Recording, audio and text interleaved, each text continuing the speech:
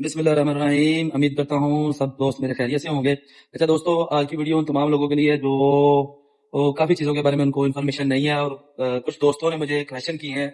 उनके बारे में मैं आपको एक-एक क्वेश्चन का अच्छे तरीके से इन्फॉर्मेशन शेयर शेयर कर देता हूँ। पहले मैं बात करते हैं वीज़े के बारे में। कतर वीज़ा अपडेट के बारे में क्या है? कतर वीज़ा अपडेट के बारे में जैसे मैंने कल के व्लॉग में आप लोगों को बताया था, कुछ न्यूज़ें चल रही हैं, कुछ बातें चल रही हैं कि वीज़ा इंशाल्लाह जल्दी ही आउटसाइड प्रोसेस होने शुरू हो जाएंगे।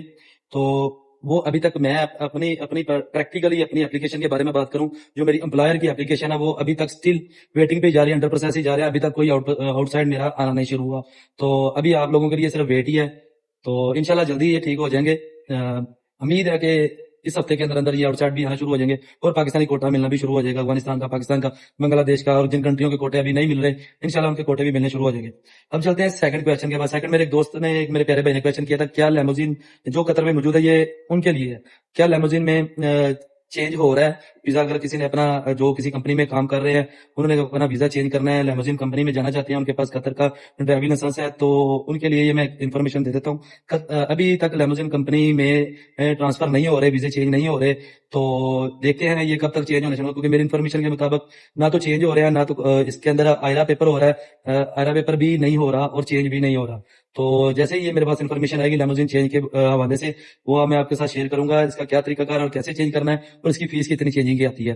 तो सेकंड क्वेश्चन के बारे में चलते हैं। सेकंड क्वेश्चन एक दोस्त ने कहा था कि आरा पेपर कितने टाइम का कर सकते हैं और उसका क्या तरीकाकार है, किस तरीके से ये करना पड़ता है। आरा कॉन्ट्रैक्ट के बारे में मैं आपको बताता हूँ। आरा कॉन्ट्रैक्ट के बारे में मैंने एक वीडियो भी अपलोड की हुई है, वो मैं आपको तफसीलन फिर दोबारा रिपीट कर देता हूँ। आरा कॉन्ट्रैक्ट है क्या? आरा कॉन्ट्रैक्ट, आप जिस कंपनी में एज एम्प्लॉय काम कर रहे हैं, आप किसी दूसरी कंपनी में काम करना चाहते हैं, तो दूसरी कंपनी में आपने अपना लेबर कॉन्ट्रैक्ट करना था, आरा कॉन्ट्रैक्ट करना था।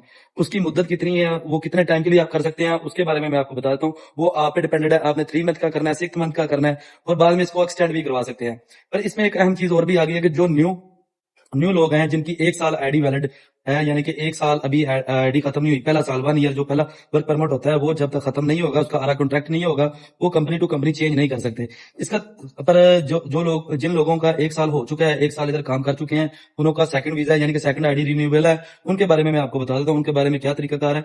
उनके बारे में सिंपल तरीकाकार है कि आपने जिस कंपनी में अप्लाई करना है, जिस कंपनी में आपको सैलरी मिल रही है, उन कंपनी के बारे में मैं आपको बता देता हूँ कि सबसे पहले आपने अपना आईडी लेके उस कंपनी के पास जाना है। वो आपको एक ऑफर लेटर देंगे, ऑफर लेटर आपने पढ़ के उसको सिग्नेचर करना है। तो वो आपको एक रिक्वेस्ट सबमिट करेंगे, आपकी फर्स्ट ओनरशिप यानी कि फर्स्ट कंपनी है जो उसको एक रिक्वेस्ट सबमिट करेंगे आयरा आयरा की कॉन्ट्रैक्ट की शक्ल में। वो एप्लीकेशन उसने जो सबमिट करवाई है, वो आपके जो पहले वाला ओनर है उसने वो रिक्वेस्ट एक्सेप्ट करनी है, तो आपका कॉन्ट्रैक्ट दूसरी कंपनी के साथ हो जाएगा। फिर आप आयरा कॉन्ट्रैक्ट के जरिए दूसरी कंपनी में काम कर सकते हैं। वो डिपेंडेड आप पे है कि उसको आपने 3 मंथ का करवाना है, 6 मंथ का करवाना है, और इसको बाद में रिव्यू भी कर सकते हैं। फॉर एग्जाम्पल, अगर आप किसी कंपनी में आयरा कॉन्ट्रैक्ट कर चुके हैं, आप 1 मंथ 2 मंथ का काम कर चुके हैं, पर अब आपका माइंड कर रहा है कि उधर काम नहीं करना, तो उसको कैंसिल करवाना है। ये बड़ा इंपॉर्टेंट क्वेश्चन भाई ने किया था एक ने, तो उसके बारे में मैं आपको बताता हूँ। आरा कॉन्ट्रैक्ट अगर आप कैंसिल करते हैं, तो आपकी जो पहले वाली कंपनी है, जिस कंपनी की आपके पास आईडी है, फर्स्ट ओनर की आईडी है, एम्प्लॉयर की आईडी है, फर्स्ट एम्प्लॉयर की जो कंपनी है, तो उसको आपने बोलना कि वो रिक्वेस्ट आज से, जैसे आपने पहले सेकंड कंपनी ने रिक्वेस्ट सबमिट की थी फर्स्ट कंपनी को, ऐसे ही आपने फर्स्ट कंपनी जो आपकी पहले वाली कंपनी है, जिधर आपने आरा कॉन्ट्रैक्ट किया था, उसको सबमिट करवा देनी है। तो वो वैसे ही कैंसिल हो जाएगा, टाइम से पहले भी इसको कैंसिल कर सकते हैं, इसमें कोई इशू नहीं है। तो ये तरीकाकार है आरा कॉन्ट्रैक्ट का। सेकंड और तीसरा सवाल एक दोस्त ने मुझसे किया था, तीसरे सवाल पे भी जरा गौर फिक्र कर लेते हैं, वो भी अच्छा क्वेश्चन है कि जिन लोगों के पास जीसीसी में किसी भी कंट्री का ड्राइविंग लाइसेंस है, फॉर एग्जांपल उसके पास दुबई का है, फॉर एग्जांपल उसके पास ओमान का है, बहरीन का है, सऊदीया का है, क्या वो इधर आके अपना ड्राइविंग लाइसेंस चेंज करवा सकते हैं और उसमें बेनिफिट क्या है, वो मैं आपको एक तरीका कार बता देता हूँ। मेरे पास दुबई का भी लाइसेंस है, तो मैंने भी आगे अपना चेंज करवाया था, क्योंकि ये मेरी जो चीजें मैं आपको शेयर करता हूँ, मेरा प्रैक्टिकल लाइफ है, प्रैक्टिकल मैंने एक्सपेरिमेंट इसका कर चुका हूँ, और इसकी फीसें कितनी पे करनी पड़ती हैं वो मैं आपको तफसील में बयान कर देता हूँ। फर्स्ट ऑफ ऑल तो अगर आपके पास किसी भी जैसी कंट्री का ड्राइविंग लाइसेंस है, तो आपने अगर कतर में आ गए, कतर में आके अपना ड्राइविंग लाइसेंस चेंज करना है।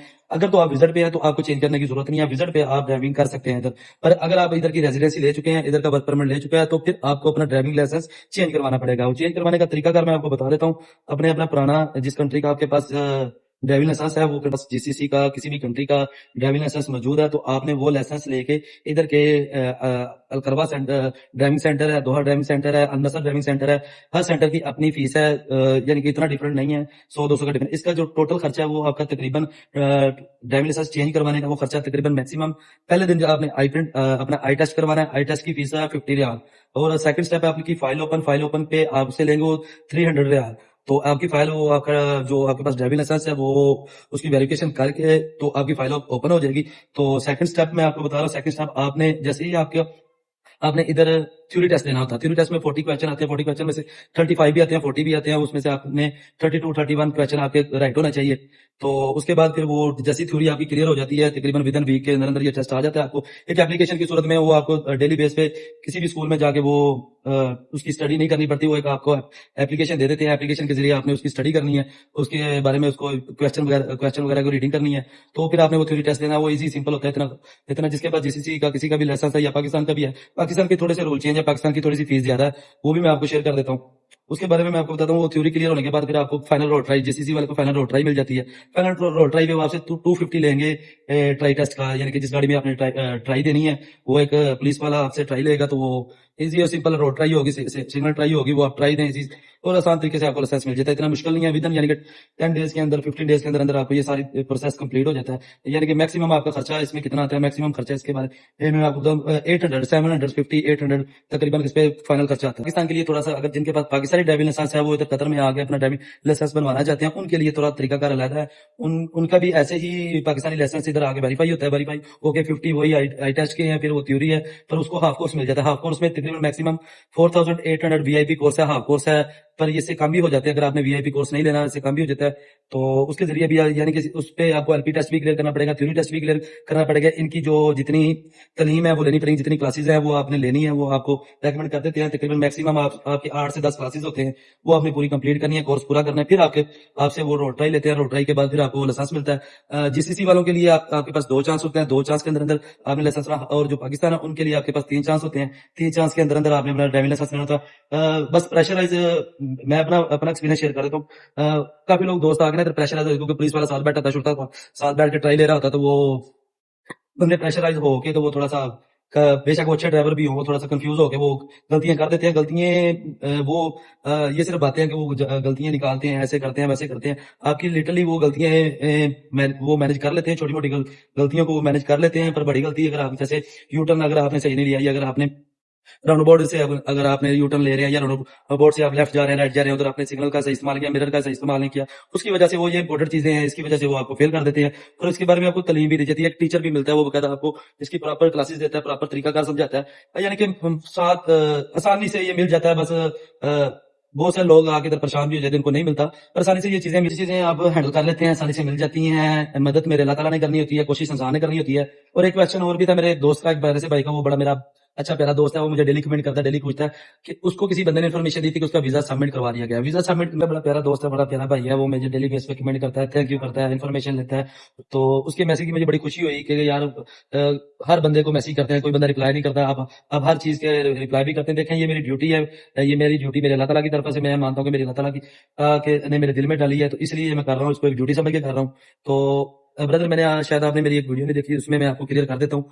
उसमें तरीकाकार क्या है कि पासपोर्ट और पिक्चर वगैरह अपलोड, जो कंपनी एम्प्लॉयर होता है, यानी कि वो इधर का स्पॉन्सर होता है, उसने अपने नाम पे कंपनी रजिस्टर करवाई होती है, वो मैं आपको बता रहा हूँ कि आपका वीजा रिक्वेस्ट सबमिट करने की उसकी कोई फीस चार्जेस नहीं होती, वो सिर्फ रिक्वेस्ट सबमिट कर देता है, तो आपको एमओआई पे status under process, visa under process का स्टेटस शो हो जाता है। तो जब तक वो आउटसाइड नहीं आएगा तो वो वीजा की क्यूवीसी की फीस पे नहीं कर सकता। क्यूवीसी की फीस तभी पे होगी, क्यूवीसी की अपॉइंटमेंट तभी ली जाएगी जब तक वो outside verify ministry of labour से इंप्रूव होके नहीं आती। पिछले 3 मंथ से ऐसा ही चल रहा है कि जितनी रिक्वेस्टें सबमिट हुई हैं अभी तक अंडर प्रोसेस जा रही हैं, अभी तक आउटसाइड कोई भी नहीं आई। कोटा कई कंपनियों के पास अवेलेबल है, जैसे पाकिस्तान के हैं, अफगानिस्तान के हैं, यानी कि मुख्तलिफ कंट्रियों के जिनके पास कोटा अवेलेबल है, वो रिक्वेस्ट सबमिट कर देते हैं, पर वो रिक्वेस्ट अभी तक इंप्रूव नहीं हो रही। ये इंप्रूवमेंट मिनिस्ट्री ऑफ लेबर ने करनी है।